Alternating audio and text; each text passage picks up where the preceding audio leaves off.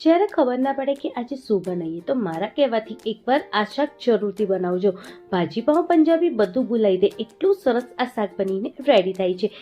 આ શાકને બનાવવા માટે આપણે 1 ચમચી જેટલું બટર અને 4 થી 5 ચમચી જેટલું તેલ ઉમેરવાનું છે. જ્યારે તેલ સરસ ગરમ થાય તો એમાં આપણે આખા મસાલા ઉમેરીશું. આખા મસાલા તો ખાસ કરીને ઉમેરવાના, એનાથી શાકનો ટેસ્ટ બહુ જ મસ્ત આવે છે. જ્યારે બધા આપણે ખડા મસાલા ઉમેરી દઈએ પછી એને થોડીક વાર બટરમાં અને તેલમાં શેકવાનું છે. પછી આપણે એમાં આદુ લસણ મરચાંની પેસ્ટ ઉમેરીશું અને એને બી થોડીક વાર શેકી લઈશું. હવે એમાં આપણે ડુંગળીને ચોપ કરીને ઉમેરવાનું છે. હવે એને બધાની જોડે સરસ રીતે મિક્સ કરીને થોડીક વાર માટે એને સરસ રીતે થવા દઈશું. ઢાંકીને થવા દઈશું જેથી જે ડુંગળી છે બહુ જ સરસ થઈ જશે. જો કંઈક આવી રીતે ડુંગળી શેકાઈ જાય છે. જ્યારે ડુંગળી સરસ શેકાઈ જાય પછી એમાં આપણે ટામેટાની પ્યોરી ઉમેરવાની છે. ટામેટાને પણ ઝીણું કદુકસ કે ઝીણી છીણીને ઉમેરવાનું છે. હવે બધાને સરસ રીતે મિક્સ કરીને થોડીક વાર માટે શેકાવા દઈશું.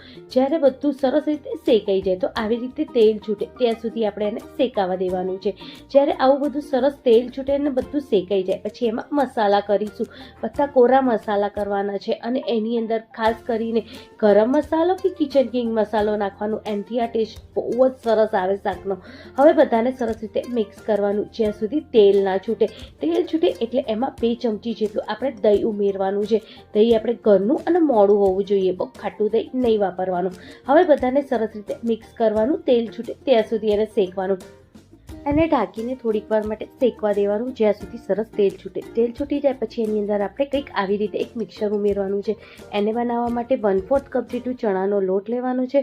થોડું આપણે મીઠું ઉમેરવાનું છે, જેટલું ખાતા હોઈએ એનાથી થોડું ઓછું. થોડી કોથમીર અને એક નાનું લીલું મરચું અને 1 ચપટી જેટલું આપણે ખાવાની સોડા ઉમેરવાની.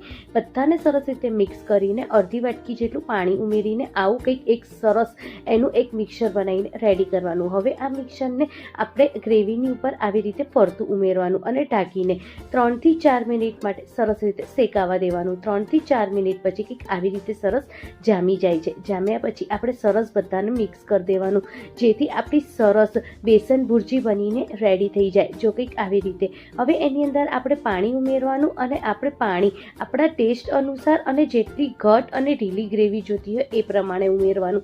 અને હવે એની અંદર થોડી આપણે કસૂરી મેથી ઉમેરીશું આવી રીતે હાથ ઉપર મસળીને અને થોડું કોથમીર ઉમેરીશું. બસ અને રેડી છે આપણું એકદમ સરસ બેસન ભુરજી. જ્યારે કંઈક ખબર ના પડે કે આજે શું બનાવીએ તો એકવાર આ બેસન ભુરજી જરૂરથી ટ્રાય કરજો. રેસીપી ગમે તો લાઈક શેર કમેન્ટ કરવાનું ના ભૂલતા. મળીએ નવી